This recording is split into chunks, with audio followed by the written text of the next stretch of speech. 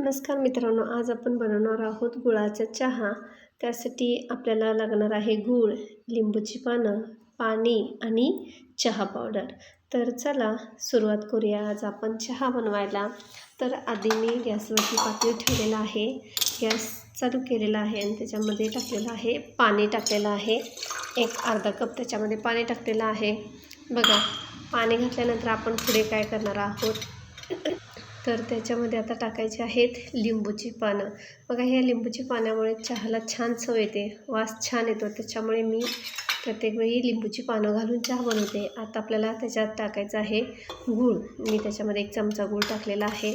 जेवढं आपण पाणी घेतलेलं त्या आपल्या पाण्याच्या अंदाजानुसार जसं आपल्याला टेस्ट लागते तशी आपण गूळ घ्यायचा आहे. आणि त्याच्यानंतर आता आपण त्याच्यामध्ये टाकणार आहोत चायपत्ती, चहा पावडर. तर अर्धा कपाच्या हिशोबाने आपल्याला चहा पावडर पाण्यामध्ये टाकायचं आहे.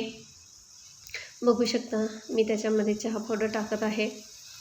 छानपैकी पाण्याला उकळी येत आहे आणि आपण गॅस मंद ठेवायचा आहे, लहान, म्हणजे जेणेकरून गूळ त्यातलं छान मिक्स झाला पाहिजे आणि चहा जे आपले चहासाठी आपण ठेवलेलं आहे ते मिश्रण व्यवस्थित शिजलं पाहिजे. त्यासाठी बघा, आपलं आता पाणी उकळायला लागलेलं आहे. चहा पावडर, गूळ सगळं त्याच्यामध्ये मिक्स होत आहे आणि चहा आपला आता शिजायला लागलेला आहे.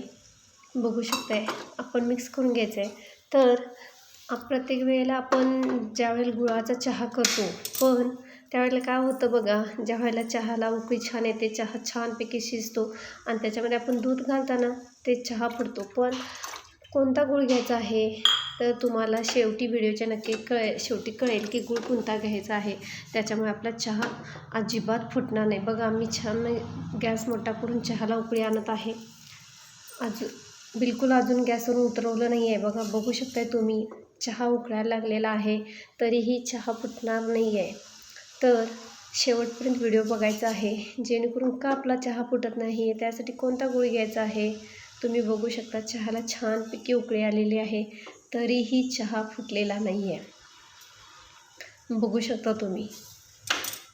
बघा, आपण जसं साखर घालून चहा करतो त्या पद्धतीने उकळी आणलेली आहे. आता मी त्याच्यामध्ये ओतून घेत आहे, वाटीमध्ये चहा ओतून घेत आहे. तुम्ही बघू शकता, चहा बिलकुल फुटलेला नाही आहे. तर कोणता गूळ घ्यायचा आहे, जो चिक्की गूळ असतो तो गूळ घ्यायचा आहे चहासाठी. त्याच्यामुळे चहा फुटणार नाही आहे. लाईक करा, सबस्क्राईब करा.